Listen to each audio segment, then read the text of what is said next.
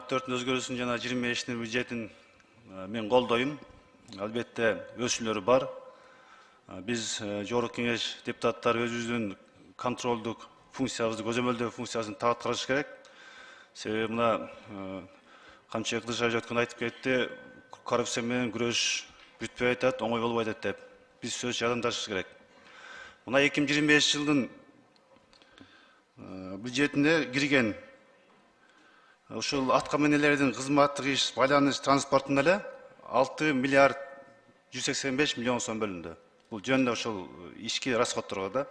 Мен сатып алуу, теги кызматтын менен айтпай эле коеюн. Ошон үчүн бул азыркы чогулуп аткан акчалардын 75-80% мына бюджеттен ишкерлер чогултуп атат, налогтон түшүп атат. Ошон үчүн эске алып, ушул бөлүнгөн акчаны кылдат жакшы мындай колдонсоңуздар, кийин да ушу биз элге да кийин жооп берүүгө болот.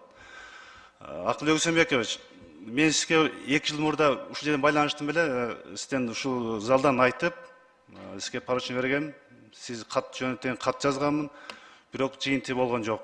Бул Кара Кулжа районунун Алай окуу жооносунда алыс жерде, Көңнүк айылында мектеп бар. Бул мектепти 2020-жылы араб өлкөнүн жардамы менен курулган экен, 100 мест мектеп. Ошол бойдон курулган бойдон азыр эмне үчүн кире албай атабыз. Бош турат. Мына Орунтайда турат. Биз эми сиз биздин катка сиз кайра айылга жөнөтүп коюпсуз. Айылга түштү, ошойдон калды. Ушул мектептин азыркы баасы курсаңыз 100 орындук. Биз 70-80 миллион сом экен. Бул эми ал мектепти же бузуп салыш керек, жарабайт, документ жок деп. Же чечип бериңиздер. 5 жыл болуп атат, 4-5 жыл болуп атат.